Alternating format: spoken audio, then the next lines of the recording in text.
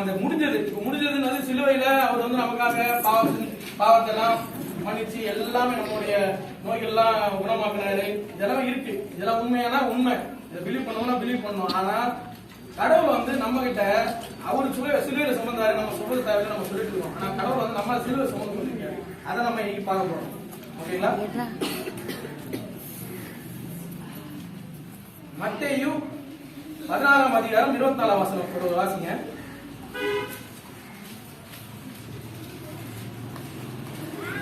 நானே வாசிக்கிறேன். ஒருவன் என்னை பின்பற்ற வர விரும்பினால் அவன் தன்னைத்தான் எடுத்து தன் சிலுவை எடுத்துக்கொண்டு என்னை பின்பற்றுகிறான். இயேசுதான் சிலுவையில எல்லாத்தையும் செஞ்சு முடிச்சிட்டாரு. உங்களே சிலுவை சுமந்து சொல்றாரு பாருங்க. சரி, இன்னொரு வருஷமா படிக்கலாம். இதெல்லாம் சொல்றாருன்னா இன்னொரு வருஷம் சொல்றேன். மத்தேயு 10:38. தன் சிலுவை எடுத்துக்கொண்டு என்னை பின்பற்றாதவன் எனக்கு பார்க்கலாம். அதாவது இயேசுக்கு இருந்த சிலுவையில அவர் எல்லா காரியத்தையும் முடிச்சார், வெற்றிகரமா முடிச்சார், வெற்றி சிறந்தார், எல்லாத்தையும் பர்ஃபெக்டா பண்ணிட்டாரு. ஒண்ணுமே பேலன்ஸ் இல்லை. நமக்கு பரலோகம் போறதுக்கு தேவையான எல்லா வழியும் உண்டு பண்ணிட்டாரு. அதான் சொல்றாரு, நானே வழி அப்படின்ற அந்த வார்த்தைக்கு பூரணத்தை அவர் பண்ணிட்டாரு. ஆனா அவரு எடுத்துட்டு வந்து அவருடைய சிலுவையை அவர் முடிச்சிட்டாரு. நமக்கு இருக்குது எங்க சிலுவை சொல்லியிருக்காரு. என்ன சொல்றாரு? ஒருவன் என்னை பின்பற்ற விரும்பினால் தன் சிலுவை எடுத்துக்கொண்டு. அப்ப ஒவ்வொருத்தருக்கும் ஒரு சிலுவை இருக்கு. அது என்ன சிலுவை அப்படின்றத நீங்க பார்க்க போறீங்க. ஏன்னா எல்லாமே கடவுள் செஞ்சாரு, நானும் செய்யல. ஆனா இன்னைக்கு நிறைய பேர் என்ன பண்றாங்க, சிலுவை சுமக்குறான்ட்டு இஸ்ரேல் நாட்டுல எல்லாம் போய் பாத்தீங்கன்னா அந்த புனித ஸ்தலம் போயிட்டு ஒரு மரக்கட்டை மாதிரி வாங்கி வச்சுட்டு இயேசு கிறிஸ்து மாதிரி நாங்களும் சிலுவை சுமக்குறோம் இந்த வசனத்தை வச்சுக்கிட்டு. என்னது? என்னை பின்பற்றுவதனால் அவனால் தன் சிலுவை சுமக்கணும், சிலுவை சுமந்து காட்டுறாங்க. அந்த சிலுவையை பத்தி அவர் பேசல. என்ன அந்த சிலுவை அப்படின்றதுதான் நம்ம பாக்குறோம். ஷார்ட்டா சொல்லணும் அப்படின்னாக்கா நான் முன்னாடி சொல்றேன், அதனுடைய விளக்கத்தை தரேன். சிலுவை சுமப்பது என்பது என்ன அப்படின்னா, சத்தியத்திற்காக, இயேசு கிறிஸ்துவுக்காக, சுவிசேஷத்திற்காக பாடு, துக்கங்கள், துன்பங்கள் இதை வந்து சகிப்பதுதான் சிலுவை. என்ன அப்படிங்கிறதுனா, இயேசு கிறிஸ்து எடுத்துக்கொண்டா அவர்தான் எல்லாத்தையும் செஞ்சு முடிச்சிருக்காரு, நம்ம வேற ஒரு பிள்ளைகள் ஆயிட்டு இருக்கோம், எல்லாம் ஆசீர்வாதம் ஒவ்வொரு ஆசீர்வாதம். இது பாத்தீங்கன்னா நிறைய போதகர்கள் ஆசீர்வாதத்தை குறித்து மாத்திரமே பேசுறாங்க. ஏன்னா கடவுள் வந்து ஒன்லி ஆசீர்வதிக்கிறவரு, அவரு வந்து வேற எதுவுமே இல்ல. விஷயம் ஒன்லி ஆசீர்வாதம் இருக்கா? இருக்கு, இல்ல இல்ல இல்ல. ஏன்னா நமக்கு இது எல்லாத்தையும் கொடுத்ததே அவர் ஆசீர்வதிச்சு நம்ம கிட்ட தான் கொடுத்தாரு. நம்ம தான் பிசாசின் பேச்சு கேட்டு இது பண்ணிட்டோம். ஆனா நம்ம ஆசீர்வாதத்தை விட கடவுள் என்ன சொல்லியிருக்காரு? சிலுவை சுமக்கணும். எல்லாமே இந்த சிலுவை வந்து என்னன்னா, நம்ம வந்து கிறிஸ்துவுக்காக, இந்த சத்தியத்திற்காக. சத்தியம் என்றால் என்னன்னு போன வாரம் நான் இங்க எடுத்திருந்தேன், வந்து உங்களுக்கு தெரிஞ்சிருக்கும். அந்த சத்தியத்துக்காக, அந்த உண்மைக்காக, இயேசு கிறிஸ்துனுடைய அந்த ஊழியத்திற்காக, சுவிசேஷத்திற்காக பாடுகள், துன்பங்கள், அதுக்கப்புறம் பாத்தீங்கன்னா உபத்திரவம். பாடு, துன்பம், உபத்திரவம் இதெல்லாம் சகிப்பதுதான் கிறிஸ்துவம். ஒன்லி ஆசீர்வாதம் எல்லாம் பண்ணிட்டாரு நீங்க நினைச்சிட்டு இருக்கீங்க. ஆனா பைபிள் வசனம் சொல்லுது. ஏன்னா பைபிள் தான் வந்து அவர் ரட்சிப்பு கொடுத்தாரு, எல்லாம் பண்ணாரு, அவர் வழி செஞ்சு வச்சுட்டாரு. அந்த வழியில பூரணப்படணும்னா, ஏன்னா அவர் செஞ்சுட்டு முடிச்சுட்டு போனாரு. போகும்போதே சொன்னாரு, என்ன சொல்லிருக்காரு? வேறொரு சத்திய ஆவியாக தேற்றவான உங்களுக்கு அனுப்ப. எதுக்கு அனுப்புறாரு? அவர் முடிச்சிட்டாருல்ல. சோ அவர் காரியத்தை, அவர் சிலுவையில என்ன பண்ணணுமோ அவர் சிலுவையினுடைய வேலையை அவர் முடிச்சிட்டாரு. அதுக்கப்புறம் நீங்க என்ன பண்ணணுமோ, இந்த சிலுவை சுமக்கிறதுக்கு உங்களுக்கு யார் உதவியா இருக்கணும்ன்றதுக்காக பரிசுத்த ஆவியானவரை கொடுத்திருக்காரு. இதெல்லாம் நிறைய விஷயங்கள் இருக்கு. நம்ம என்ன பண்றோம், எல்லாத்தையுமே முடிச்சிட்டாரு அவரு அப்படின்னு தியானத்தோட முடிச்சிட்டோம். ஏன்னா இப்ப இந்த 7 வாரத்துல எல்லாத்தையும் சிலுவை செஞ்சு முடிச்சிட்டாரு, அவ்வளவுதான்.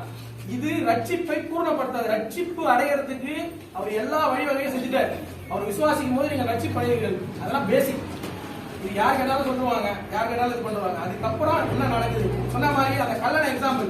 அவரு எப்ப நீங்க மன்னிப்பு கேட்கறீங்களோ அப்பவே ரட்சிப்பு உங்களுக்கு கிடைச்சிச்சு. ஆனா அப்பவே அந்த கல்லன் செத்துட்டான். அதே மாதிரி நம்ம செத்துட்டோம் அப்படின்னா அந்த ரட்சிப்பு பூர்ணப்பட்டுரும். அவ்வளவு வேற இல்லை. ஆனா நம்ம உலகத்துல வாழறோம். அப்ப அனுதினமும் வாழறதுக்கு அதுல இருந்து நம்ம ஒவ்வொரு நாள் ரட்சிப்பு பெறதுக்காக பரிசுத்த ஆவியானவர் கொடுத்திருக்காரு. அவருடைய வார்த்தைகளை கொடுத்திருக்காரு. இந்த பைபிள் படி, இந்த வார்த்தையின் படி அனுதினமும் ரட்சிப்புன்றது. ரட்சிப்பு is a continuous process until your death. புரியுதுல? அதனால டெத்து மட்டும் இல்ல, அதுக்கப்புறமா ஒரு ரட்சிப்பு இருக்கு. அது வந்து நீங்க பண்ண வேண்டிய அவசியம் இல்ல. நீங்க இப்போ அந்த டெத்து வரையும் பண்ணீங்கன்னா கடவுள் வரும்போது உங்களை உயிரடைய செய்வாரு. இந்த மாம்சம் தானே அப்படியே போட்டோம் அப்படின்ட்டு உடம்பை விடக்கூடாது. ஆவி, ஆத்மா, சரீரம் 310 வாசிக்கணும். ஏன்னா பரிசுத்த மாதம் தான் உங்களுடைய உடம்பு ஒளியின் சரீரமா மாற்றப்படும். அதனால அதுக்கு கேர்ல சொல்லிட்டு ஆவி மட்டும் ஆத்மா மட்டும் பிரிக்கிறது இல்ல, மூணுமே பரிசுத்தமா இருக்கணும். கர்த்தராகிய இயேசு கிறிஸ்து வரும்போது உங்கள் ஆவி ஆத்மா சரீரம் மூணுமே பரிசுத்தமா இருக்கணும்னு சொல்லப்பட்டிருக்கு. சரி, நம்ம இந்த இதுக்கு வருவோம். இப்ப நம்மளுடைய சிலுவை பத்தி நம்ம தெரிஞ்சுக்கணும். ஏன்னா இயேசு கிறிஸ்து சிலுவையை நம்ம தியானிச்சுட்டு இருக்கோம். அவர் எல்லாமே பண்ணிட்டாரு, எல்லாருக்கும் தெரியும். அதான் நம்ம ரட்சிப்பு இன்னைக்கு வந்து உட்கார்ந்துருக்கோம். நம்மளுடைய சிலுவை என்னன்னா இந்த சுவிசேஷத்தின் மூலம் நம்ம சிலுவை அனுபவிக்கணும்னு சொல்லியிருக்கு. சுவிசேஷம் என்னன்னா கடவுள் வந்து ஒரு வேலை, இப்ப நம்ம எந்த ஒரு வேலை செஞ்சாலும் என்னுடைய வெற்றிக்கு பின்னாடி இருக்காரு. அப்போ கடவுளுடைய வெற்றிக்கு பின்னாடி என்ன இருக்கு?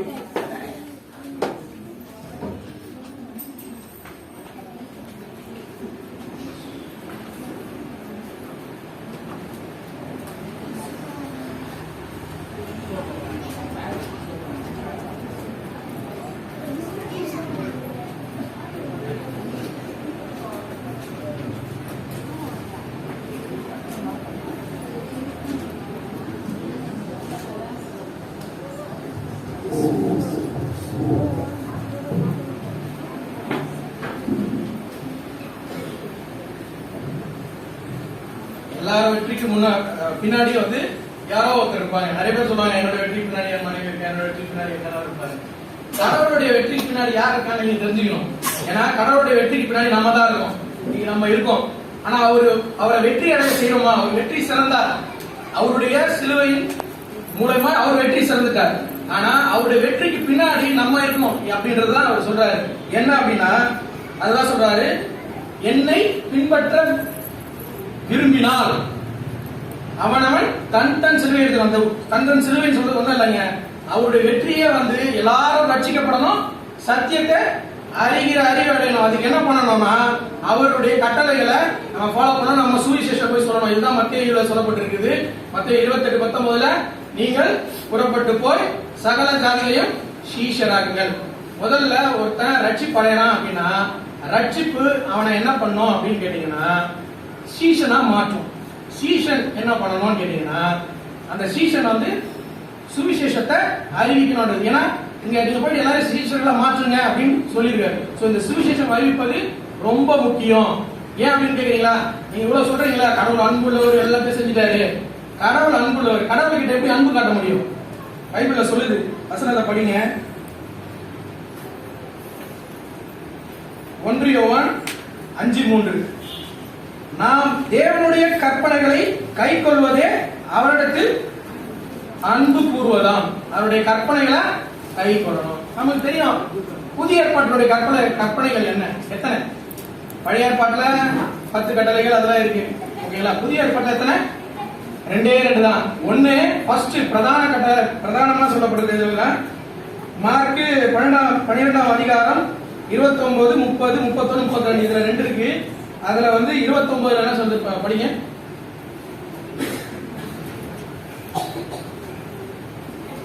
மார்க்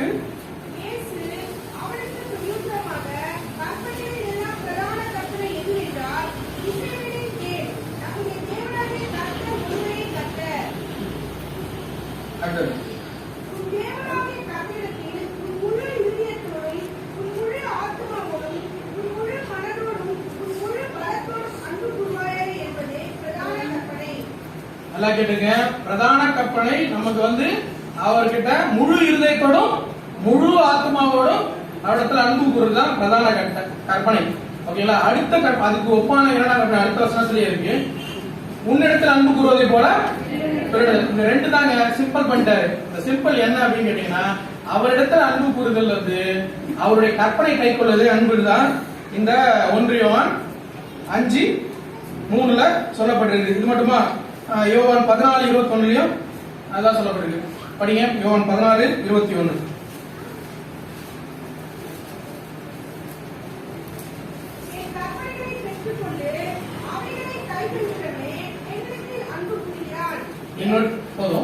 என்னுடைய கற்பனைகளை பெற்றுக்கொண்டு அவரை கை கொள்கிறவனே என்னிடத்தில் அன்பு கூறுறான். இயேசு கிறிஸ்து நம்ம அன்பு கூர்ந்தார், நாம இயேசு கிறிஸ்து அன்பு கூறுறோமா? இயேசு கிறிஸ்து அவருடைய சிலுவையில அவருடைய பாடுகளை அவர் நம்முடைய பாவங்களை தீர்க்கிறதுக்கு எல்லாம் பண்ணிட்டாரு. நாம நம்முடைய சிலுவையை எடுத்துக்கிறோமா? முதல்ல அவர்கிட்ட அன்பு கூறுறது அவருடைய கட்டளைகளையும் ஃபாலோ பண்ணணும். அவர் சொன்னது வந்து அவருடைய கற்பனைகள் பாரமும் அல்லன்னு சொல்லியிருக்கு.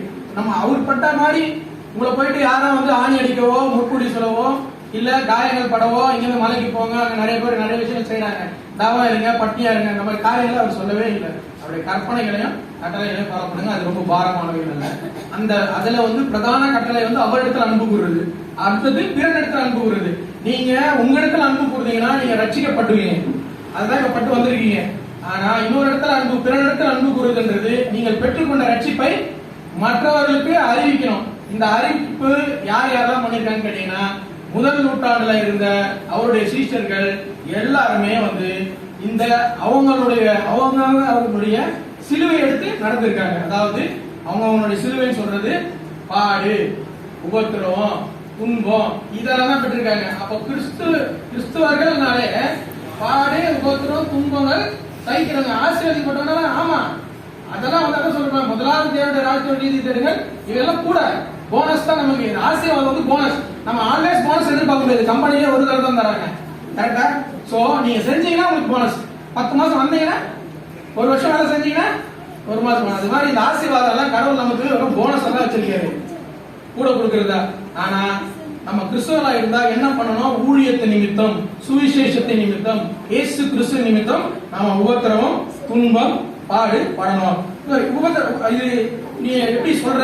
இது பைபிள் படியிருக்கா? இருக்கு, நான் வசனங்கள் சொல்றேன், நீங்க நோட் பண்ணிக்கங்க. இப்ப உபத்திரம், ஃபர்ஸ்ட் உபத்திரத்துல இருக்கும். உபத்திரம் யோவான் 16:33. உலகத்தில் உங்களுக்கு உபத்திரம் உண்டு, ஆனாலும் திடன் கொள்ளுங்கள், நான் உலகத்தை ஜெயித்தேன். நம்ம உலகத்துல ஒன்லி வெற்றி பெற்றோம்பா, உங்களுக்கு எந்த உபத்திரம் கிடையாது, என்ஜாய் பண்ணுங்க, வந்தீங்களா ரசிக்க பண்ணீங்களா, ஜாலியா இருக்கு அப்படி சொல்லல. உங்களுக்கு உபத்திரம் உண்டு. உபத்திரம் இருக்கு, அது என்ன உபத்திரம்ன்றது அதை நான் சொல்லிட்டு இருக்கேன். சுவிசேஷம் அறிவிக்கும் போது ஏற்படுகிறதான உபத்திரவங்கள். ஏன்னா உங்களை நீங்க சுவிசேஷம் அறிவிச்சா தானே நீதி நிமித்தம் பாக்கியம் சொல்றீங்களா? நீங்க பண்ணாதான் அந்த உபத்திரம், துன்பம், பாடு தான் வரும். அதெல்லாம் பண்ணலனா துன்பம், உபத்திரம், பாடு வராது. கிறிஸ்டியானிட்டி ஆல்வேஸ் பிளஸிங்ஸ், எப்படி ஆசீர்வாதம் தான். கிறிஸ்டியானிட்டி எப்படி ஆசீர்வாதம் தான் இருக்கும். நீங்க போய் சுவிசேஷம் சொல்லும் போது அந்த பாடு, நம்ம பாஸ்டர் எடுத்துங்க எக்ஸாம்பிள், நமக்கு சுவிசேஷம் சொல்றதுக்கு எவ்வளவு பாடுபடுறாரு, இதுதான் பாடு உண்மை. அதான் கடவுள் சொல்றாரு பைபிள்ல, புரியுதுங்களா? அடுத்தது பாத்தீங்கன்னா அப்போஸ்தலர் 20:23.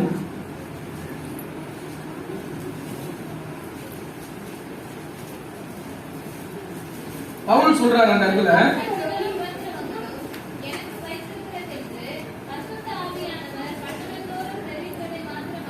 பாத்தீங்களா? பவுல் சொல்றாரு ஒவ்வொரு பட்டணத்துக்கு போய் சுவிசேஷம் சொல்லும் போது பரிசுத்த ஆவியானவரே என்ன சொல்றாரு, இந்த மாதிரி உங்களுக்கு கட்டுகளும் உபத்திரவமும் வைக்கப்பட்டிருக்கிறது.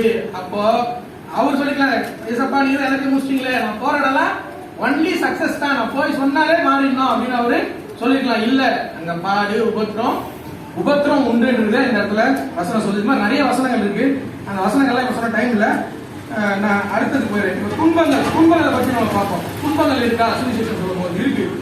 2 தீமோத்தேயு 3:12 நானே படிச்சுக்கோமா?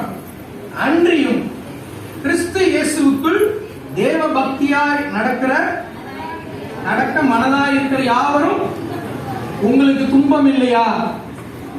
உங்களுக்கு இதுக்கு முன்னாடி பார்த்த உபத்திரம் இல்லையா? அப்படின்னா நீங்க கிறிஸ்து இயேசுக்குள்ள நடக்கல. சிம்பிள், அத கிளியரா சொல்றாரு. அன்றியும் கிறிஸ்து இயேசுவுக்குள் தேவ பக்தியா, இயேசுக்குள்ள தேவ பக்தியா இருக்கணும் நினைக்கிற யாவரும் ஆசீர்வாதமா இருப்பார்கள் அப்படின்னு சொல்லிருக்க. ஆசீர்வாதம் இருப்பாங்க வேற, ஆனா சொல்லப்பட்ட வசனம் என்னன்னா துன்பப்படுவார்கள். துன்பம்ன்றது நம்ம நினைக்கிற துன்பம் இல்ல, சுவிசேஷத்து நிமித்தம் துன்பப்படுறோம். அப்ப நீங்க போய் சொல்லும் போதுதான் இந்த துன்பம். ஏன்னா இங்க பவுல் ஒரு தேசத்திலேயே போய் சொல்லும் போதும், ஒவ்வொரு நாட்டிலேயே போய் சொல்லும் போதும் அவருக்கு இந்த துன்பம் இருக்கு. இன்னொரு வசனம் வாசிப்போம், 1 பேதுரு 1:6.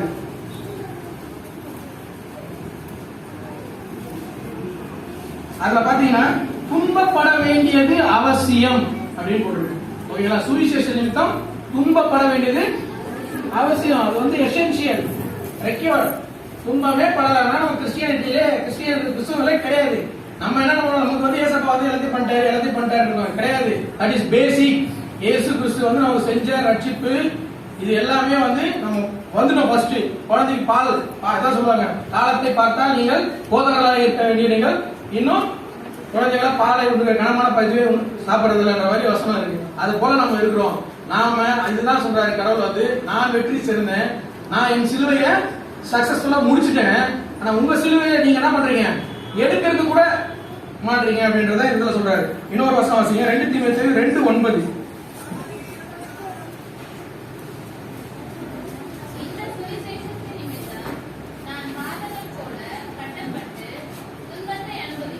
பாத்தீங்களா, இங்க பவுல் கிளியரா சொல்றாரு. மறுபடியும் ஒரு தடவை மைக்ல வாசிங்க.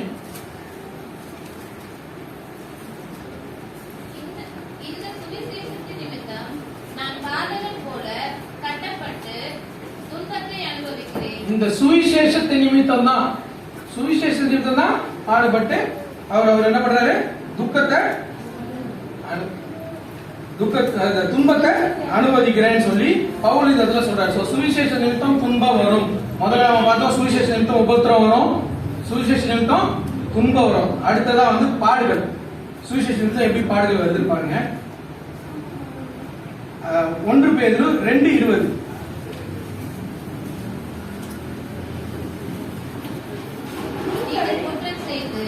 அடிக்கப்படும் போது பொறுமையோடு சகித்தால் அதனால் என்ன கீர்த்தி உண்டு? நீங்கள் நன்மை செய்து பாடுபடும் போது பொறுமையோடு சகித்தால் அதுவே தேவனுக்கு முன்பாக பிரீதியா இருக்கும். தேவனுக்கு முன்பாக ஒரு உண்மையான ஒரு இதுவா ஹையர் லெவல்ல கடவுள் எடுத்துக்கிற விஷயம் என்னது, நீங்க குற்றம் செய்து பாடுபடும்போது அது வந்து ஒரு யூஸ்மே கிடையாது. எல்லாருமே வந்து அந்த பாடுகள் அனுபவிக்கிறாங்க. குற்றம் பண்ணி தண்டனை அனுபவிக்கும் போது கஷ்டப்படுறானே அப்படின்னு பாக்குறது வந்து ஒரு இதுவே கிடையாது. நன்மை செய்து பாடு அனுபவிக்கணும், அதுதான் கடவுள் முன்னாடி உயர்ந்ததா இருக்கும் அப்படின்னு சொல்றாரு. நன்மைனா என்னங்க, நீங்க இன்னொருத்தருக்கு போய் என்னங்க நன்மை செய்ய முடியும்? அன்னதானம் பண்றதா, இல்ல வேற ட்ரெஸ் எடுத்து கொடுக்கறதா, இல்ல இந்த உதவிகள் எல்லாம் புறஜாதிகள் எல்லாம் நம்மளை விட அதிகமா செய்யறாங்க. நம்ம தான் ஊழியத்துக்கே கொடுக்கறது கிடையாது, இன்க்ளூடிங் மைசெல்ஃப். ஆனா புறஜாதிகள் இதெல்லாம் பர்ஃபெக்டா பண்ணுவாங்க. அது இல்ல, அது உங்களுக்கு நன்மை. அந்த நன்மை வந்து எத்தனை ஹவர், ஒரு 1 hour 2 hours ஆர் 1 month 2 monthsல போயிடும். ஒருத்தருக்கு பிறருக்கு நன்மை செய்யறதுன்றதே ஒண்ணுமே இல்லை. அவனுடைய ரட்சிப்புல அவனுடைய ஆத்தும ரட்சிப்பை விட உலகத்தில் உயர்ந்தது ஒன்றுமே இல்லை. எனக்கு கடவுள் ஆத்தும ரட்சிப்புக்காக தான் இந்த உலகத்துல வந்து ரத்தம் செஞ்சிருக்காரு. அவரோட ரத்தம் வீணா போயிடும். 10 பேருக்காக மட்டும் செஞ்சினாரா உலகத்துக்கு? அப்ப உலகத்துக்கு போனா கடவுள் ஞானமா அவர் போறதுக்கு முன்னாடி கிளியரா சொல்லியிருக்காரு, நீங்க போய் உலகம் எங்கும் போய் சுவிசேஷம். நம்ம இந்த இடத்துல இருந்து இங்கேயே உட்கார்ந்துட்டு இருந்தோம்னா நாமளும் ரட்சிக்கப்படல, மற்றவங்களே ரட்சிக்கப்பட விடுறது இல்லை. காரணம், நம்ம வரும் ஆசீர்வாதத்துக்கு மட்டும் தான் வரோம். மற்றவங்க பாக்குறாங்க இவங்க போறதே ஆசீர்வாதத்துக்கு தான். அப்ப மற்றவங்க வர மாட்டாங்க. இப்ப புறஜாதி உதாரணம் சொல்ல போனா, என் கம்பெனிலேயே கிறிஸ்துவனா இருக்கேன், ஒருத்தர் 2 பேர் கிறிஸ்துவனா இருக்காங்க. முக்காவாசி பேர் பாத்தீங்கன்னா ஃபுல்லா புறஜாதி தான். அவங்களுக்கு மட்டும் தான் அதிகமான போஸ்டிங்ஸ், இன்கிரிமெண்ட்ஸ் எல்லாம் வரும். அவங்க என்ன நினைக்கிறாங்க, அவங்களுடைய கடவுள் எங்களை ஆசீர்வதிக்கிறாரு. அப்ப அந்த கடவுளுக்கு நம்ம கடவுளுக்கு வித்தியாசம் என்ன? அதை நம்ம புரிஞ்சுக்கணும். உலகப்பூர்வமான ஆசீர்வாதம், எல்லா நன்மையான ஈவுகளும் பரத்துல இருந்து தான் வருது. ஏன்னா நல்ல ஒரு மேலும் தீவிர மேலும் சூரியன் உதவி பண்ணிருக்க தேவன். இதை விட்டுருங்க. அந்த உலகப்பூர்வமா வருகிற ஆசீர்வாதம் வந்து ஆசீர்வாதமே கிடையாது. ஆத்தும ரட்சிப்பு தான் உயர்ந்தது. அதை வந்து அவங்க கடவுள் கொடுக்குறான்னு. அதே மாதிரி நம்ம கடவுள் ஆசீர்வாதம் தான். என்ன வந்து நல்ல பணம், வீடு, சொத்து, சுகம், இதான் ஆசீர்வாதம் எல்லாம் கிடையவே கிடையாது. இதெல்லாம் வந்து வாழ்க்கைக்கு தேவையானது தர்றவங்க தான் அப்பா அம்மா. தேவையில்லாத எக்ஸ்ட்ரா கொடுத்தா அது பிசாசு. ஏன்னா எக்ஸ்ட்ரா கொடுக்குறதே உனக்கு கடவுளை தேவை விடாம இருக்குதான். அப்பா எல்லாமே என்கிட்ட இருந்தாக்கா அப்பா அம்மா எனக்கு தேவையில்லை. எனக்கு தேவையானது கேட்கணும் தான் அப்பா அம்மா. அது மாதிரிதான் கடவுள் வந்து நமக்கு தேவையானது கொடுக்குறவர். உனக்கு என்ன தேவையோ கொடுப்பாரு. இந்த ஆசீர்வாதம் வந்தது நீ கேட்டு கொடுக்கணும் இல்ல, கேட்காம கொடுக்குறது. ஏன்னா அவரு நம்ம மேல அவ்வளவு அனுபவிச்சு உயிரே கொடுத்தவர். தன்னுடைய சொந்த அந்த ரத்தத்தை முழுசுமா சிந்தினவர், சொந்த குமாரனை நமக்காக அனுப்புனவர். சோ இதுல இருந்து நம்ம என்ன தெரிஞ்சுக்கணும்னா, பாடல இன்னும் ஒண்ணு வாசிடுவோமே. இப்போ நிறைய பேர் கேட்கலாம், பாடுனா சீசர் தானே சொல்லியிருக்காங்க, சீசர்களுக்கு தானே இந்த பாடு, நாங்க சீசர்களே விசுவாசியாச்சு. விசுவாசி ஒரு வசனம் வாசிங்க. பிலிப்பியர் 1:29.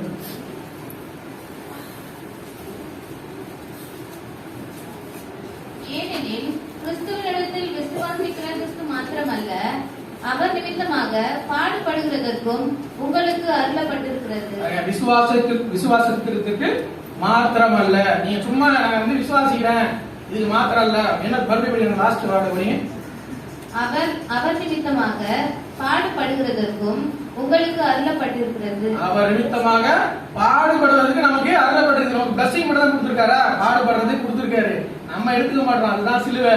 அந்த சிலுவை எடுத்துக்கணும். பாடுபடலையா, துன்பம் வரலையா, உபத்திரம் வரலையா, ஜாலியா இருக்கீங்களா, நீங்க இயேசுக்குள்ளே இல்ல, என்ஜாய். கடைசியில நரகம் தான் போவீங்க. ஆனா கிறிஸ்துவர்களும் சரி இல்ல மத்தவங்களும் சரி என்ன தெரிஞ்சுக்கணும்னா, நமக்கு எந்த ஒரு இதுவுமே வரல அப்படின்னா நாம எங்கேயோ சம்திங் ராங். நமக்கு எதுவுமே நடக்கல, எல்லாம் ஜாலியா இருக்கணும், சம்திங் ராங். கிறிஸ்டியானிட்டியை பொறுத்தவரையும் வாழ்நாள் முழுவதும் உங்களுக்கு பாடு உபத்திரம் உண்டு. ஏன் அப்படின்னா இயேசு கிறிஸ்துனுடைய வாழ்நாள்ல அவரு இது எல்லாத்தையும் நமக்கு வாழ்ந்து காட்டிட்டு போயிருக்காரு. கடைசி மட்டும் அவர் துன்பத்தையும் பாடு அனுபவிச்சு. ஆனா அந்த மாதிரி துன்பத்தை நம்ம அனுபவிக்க சொல்லல. சுவிசேஷத்தை நிமித்தம் உங்களுக்கு பாடு, துன்பம், துக்கம், உபத்திரம் வரணும். வந்தாதான் நீங்க அவருக்குள்ள ஃபுல்ஃபில் ஆக முடியும். சரி, இப்படி கேட்டா ஒருத்தவங்க எப்படி சொல்லுவாங்க? சில பேர் இருக்காங்க, அவங்க எல்லாம் பண்ணுவாங்க, நாங்க விசுவாசியம் இல்ல, நாங்க சீசனும் இல்ல, நாங்க கடவுளுடைய பிள்ளைகள். ஓகே, கடவுளுடைய பிள்ளைகளா? இந்த வசனம் வாசிங்க. ரோமர் 8:17-18 வசனம் வாசிங்க. நாம் பிள்ளைகளானால் சுதந்திரருமாமே, தேவனுடைய சுதந்திரரும் கிறிஸ்துவுக்கு உடன் சுதந்திரருமாமே, கிறிஸ்துவுடனே கூட நாம் மகிமைப்படும்படிக்கு அவருடனே கூட பாடுபட்டால் அப்படி ஆகும். அதாவது தேவனுடைய பிள்ளைகளா நம்ம தான் தேவனுடைய பிள்ளைகள் நம்ம கிளைம் பண்ணிக்கிறோம். நமக்கு எல்லா அத்தாரிட்டியும் கொடுத்துட்டாரு. அவர் ஏத்துக்கிட்டோம், அவர் விசுவாசம் வச்சுட்டோம், பிள்ளைகள் ஆயிட்டோம். ஓகேங்களா? சோ அவர் பிள்ளை ஆயிட்டோம். இயேசு கிறிஸ்து நமக்கு சகோதரனா ஆயிட்டாரு. சோ இயேசு கிறிஸ்துனுடைய இது எல்லாமே நமக்கு வேணும். ஏன்னா கடவுளுடைய பிள்ளை, அவர் கடவுளுடைய பிள்ளை.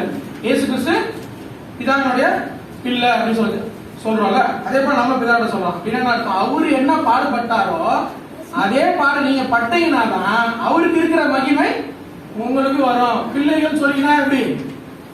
அவர் என்ன செஞ்சாரோ, அவர் என்ன பண்ணாரோ அதுல ஷேர் பண்ணிக்கணும். அதனாலதான் பங்காளிகள் இன்னொரு ஒரு வசனம் சொல்லுது. பங்காளிகள் உங்களுக்கு தெரியும். சோ சித்தப்பா வசனம், பெரிய வசனம் எல்லாம் சொத்துக்கு வராங்களா? அப்பா சொத்து பங்காளி எனக்கு பங்கு வரணும் கேட்கறோம்ல. அதே பங்காளி வசனம் வாசி கேளுங்க. 1 பேதுரு 4:13 வசனம்.